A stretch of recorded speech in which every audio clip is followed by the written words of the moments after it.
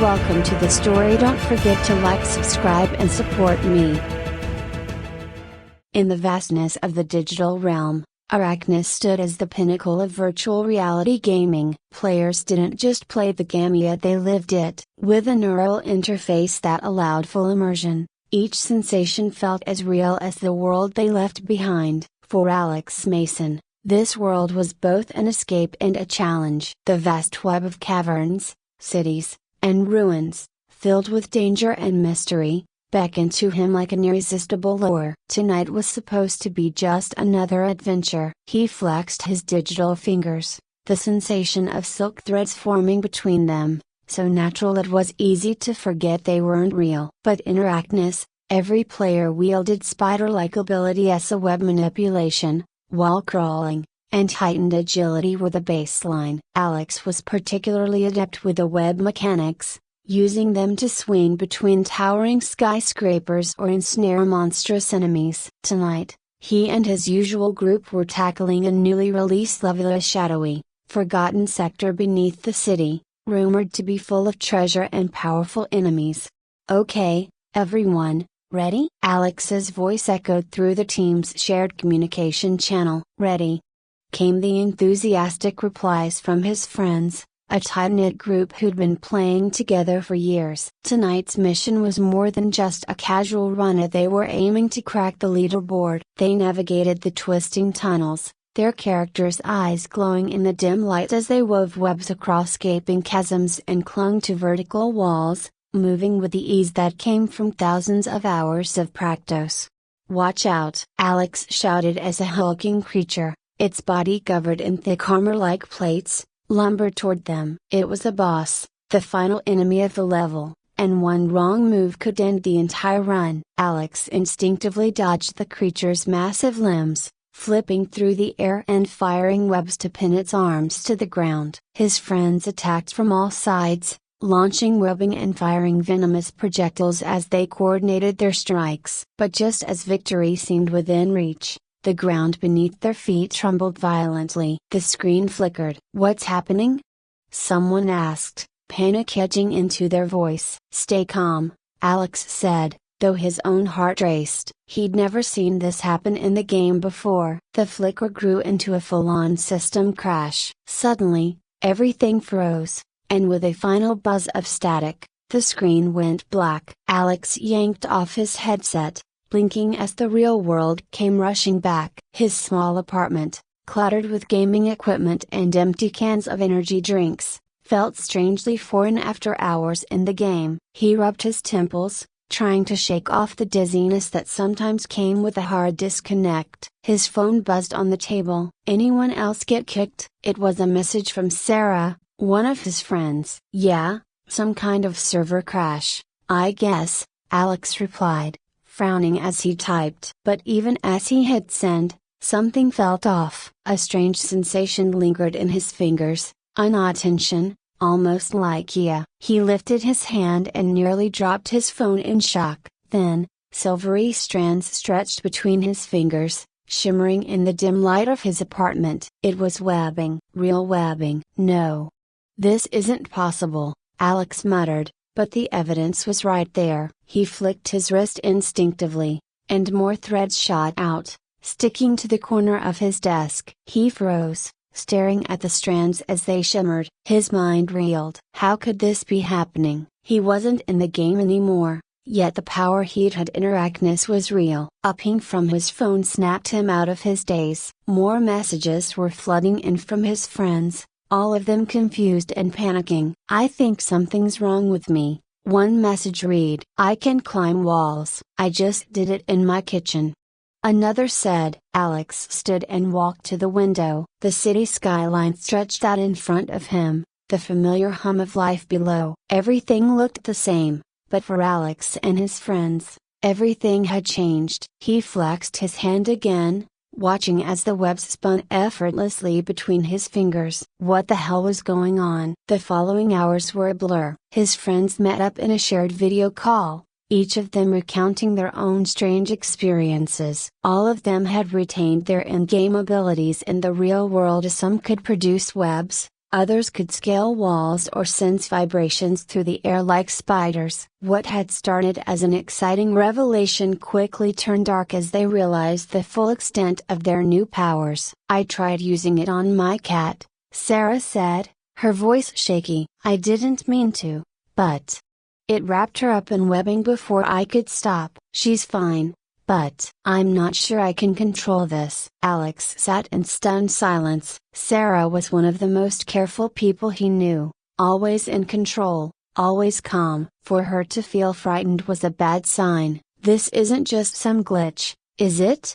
his friend Jake asked. "No," Alex said finally. "Something's happened, and it's not a coincidence." As they talked, more players from around the world began reporting similar incidents on online forums. What had once seemed like a random server crash was now looking more like a massive, orchestrated event. Alex's mind raced as he pieced together what he knew. The neural interface they used to play Arachnis was the most advanced in the world, capable of fully immersing players in the game. But what if someone had found a way to push that boundary, to break down the barriers between virtual and reality? They needed answers. The first breakthrough came from Sarah, who'd started digging into the game's history. "There's something weird," she said during one of their late-night strategy sessions. "The company behind Arachnis say it's more than just a game developer. They've been working on neural implants, real ones, experimental tech that can enhance human capabilities. I think the game was just a front for testing it." "Testing what, exactly?" Jake asked, incredulous. "Augmentation," Sarah replied. "They're trying to merge human abilities with digital ones, and I think that crash wasn't an accident. Someone triggered it." Alex's stomach churned at the thought. It made too much sense. Arachnis was a perfect testing ground to millions of players worldwide, all using the same neural interface. If the developers had been experimenting with human abilities, the game's players were the perfect test subjects. But why? And who was behind it? "I don't know yet," Sarah admitted. "But there's one name that keeps coming up." Had Dr. Velasco. He was the lead scientist on the neural interface project before he left the company under mysterious circumstances. "I think he's connected to this." They spent the next few days gathering as much information as they could. Sarah's hacking skills were invaluable, and soon enough, they had a trail to follow. Dr. Velasco had disappeared after a public falling out with the company, but rumors suggested he'd gone rogue, working on even more advanced versions of the neural technology in secret. Alex could feel the weight of the situation pressing down on him. Whatever was happening, it wasn't just about the game anymore. If Velasco was involved, then they were dealing with something far bigger than they'd anticipated. As they pieced together the clues, Alex and his friends began to notice other strange occurrences in the city. News reports of people exhibiting strange, spider-like abilities started popping up, though authorities were quick to dismiss them as hoaxes. But Alex knew better. The crash had affected more people than just their small group, and the situation was escalating. "We need to find him," Alex said one night, pacing the room as they talked. "If we don't stop this, there's no telling how far it'll go." "But how?" Jake asked. "We're not exactly superheroes." "We might not be," Alex replied, clenching his fists, "but we've got powers now. We need to learn how to use them, fast." Alex's resolve burned brighter as the days passed. They weren't superheroes, but they didn't need to be. With each passing hour, Alex and his friends honed their abilities. The small warehouse they'd chosen as their makeshift base had become a training ground, echoing with the sounds of webs snapping against concrete and the soft thud of feet scaling walls. At first, it was all chaos. Jake's webs were erratic, missing targets by miles, and Sarah, who'd always been steady in the game, found herself losing control. Alex could sense the frustration mounting within the group, the weight of their new reality pulling them down. But amidst the trial and error, something remarkable happened. They began to adapt. Their powers weren't just game mechanics anymore, they were becoming second nature. Alex, more than the others, took to the change quickly. He could feel the webs forming instinctively in his hands, could shoot a line of silk with pinpoint accuracy, and swing across the warehouse with ease. The heightened senses that had been a feature of his in-game character now felt like part of his body. He could hear the faintest shift in the wind, feel the vibrations of footsteps before they entered the room. He'd never been the leader of their group before, but now, with these new powers, he knew they'd be relying on him to guide them through what was coming.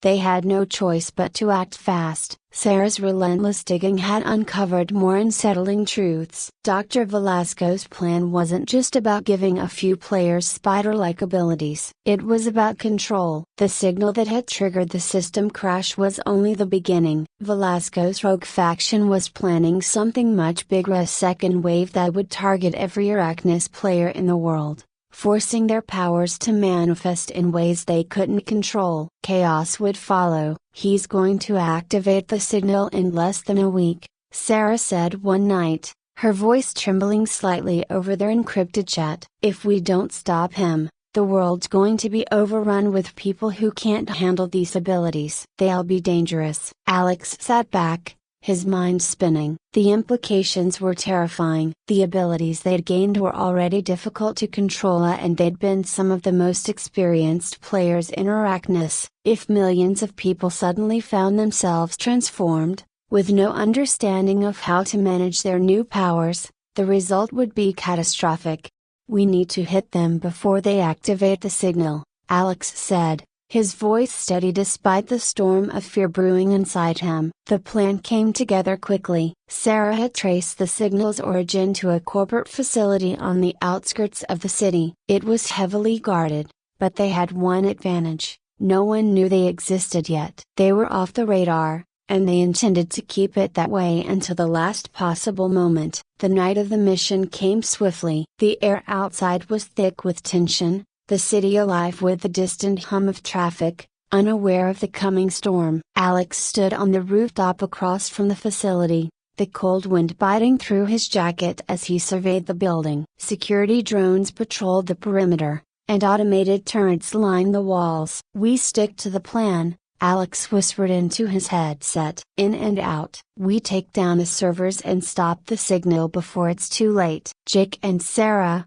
positioned a few rooftops over, confirmed they were ready. This was it. No turning back. Alex took a deep breath, then leapt from the rooftop, firing a web midair to catch himself. He swung across the gap effortlessly, landing silently against the side of the facility. His heart pounded in his chest, but he pushed the fear aside. There was no room for hesitation. The infiltration was quick and precise. They moved through the facility like shadows, avoiding detection with the stealth they'd perfected in their weeks of training. Alex could feel the tension in the air, the weight of their mission pressing down on them. But they didn't falter. They couldn't. Inside, the facility was a labyrinth of sterile corridors and high-tech security. Sarah worked fast, disabling cameras and unlocking doors from her position in the facility's network. They were close now. Alex could feel it. The servers housing the signal were just ahead. But as they approached the final corridor,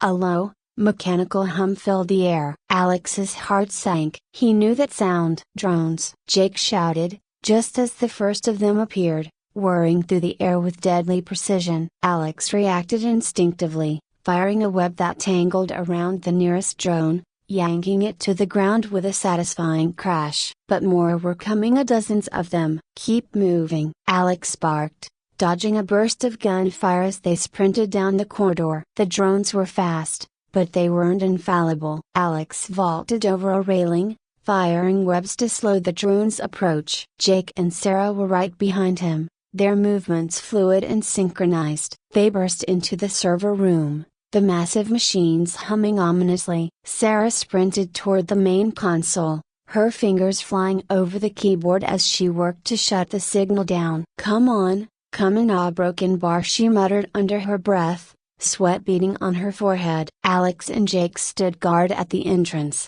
webs ready to fly as the drones closed in. The air was thick with tension, the hum of the servers growing louder, more insistent. Time was running out. Suddenly, the door slammed open, and a figure stepped through. Dr. Velasco. Alex's blood ran cold. The man looked almost ordinary, tall, thin, with graying hair and cold, calculating eyes. But there was something off about him, something that made Alex's skin crawl. Well, Velasco said, his voice smooth, almost amused. I didn't expect guests. And here I thought I'd be unveiling my masterpiece without an audience. Shut it down, Velasco, Alex snarled, his hands tensing, ready to fire webs at a moment's notice. Velasco smiled, a twisted, chilling grin. You don't understand, do you? This isn't just about power, it's about evolution. Humanity is on the verge of something extraordinary, and you're trying to stop it. People will die, Sarah said, her voice cutting through the tension like a knife. You're playing with lives, not numbers. Sacrifices must be made for progress, Velasco replied coolly. You, of all people, should understand that. Alex's pulse raced. He could feel the weight of the decision looming over him. They couldn't let Velasco win, but he was right there, within reach. If they could just. Suddenly, Velasco's eyes flashed, and with a flick of his wrist, webs shot from his hand, tangling around Jake and slamming him against the wall. Velasco had the same powers. Alex's heart pounded in his ears as the realization hit him. Velasco wasn't just controlling the signal, he was part of it. He'd augmented himself, just like the Ama, but more powerful, more dangerous. In a blur of motion, Alex launched himself at Velasco, webs firing in rapid succession as they tangled in a deadly dance. Velasco was fast, impossibly fast, dodging each attack with a fluid grace that only years of experimentation could have produced. Alex gritted his teeth, pushing himself harder than ever before. Velasco's power was overwhelming, but Alex had something Velasco didn't. His friends. Jake, despite being pinned to the wall, managed to fire a web at Velasco's feet, throwing him off balance just long enough for Alex to land a blow, sending him crashing into the server. The fight raged on, but they were running out of time. The servers were overheating, the signal growing stronger with each passing second. Sarah's voice cut through the chaos. I need more time. Keep him off me. Alex and Jake fought with everything they had, their webs flying, fists connecting with brutal precision. But Velasco was relentless, his eyes burning with a madman's determination. Then, with a deafening crash, the server exploded, sending shards of metal and sparks flying in every direction. Velasco staggered, blood dripping from a gash on his forehead. Alex seized the moment, launching himself at Velasco with a final, desperate attack. Their bodies collided, and in one swift motion, Alex tore the neural interface from Velasco's wrist. The man's eyes widened in shock, his power fading as the interface clattered to the floor. In the chaos, Sarah managed to send the counter signal. The hum of the servers died down, the tension in the air dissipating as the world seemed to slow. Velasco lay on the ground, defeated. The signal was stopped. The world was Safia for now. But as Alex stood over Velasco's broken form, his heart heavy with the weight of what they'd just been through, he couldn't shake the feeling that this was only the beginning. The line between the virtual and real worlds had been crossed, and there was no going back. The world would never be the same again.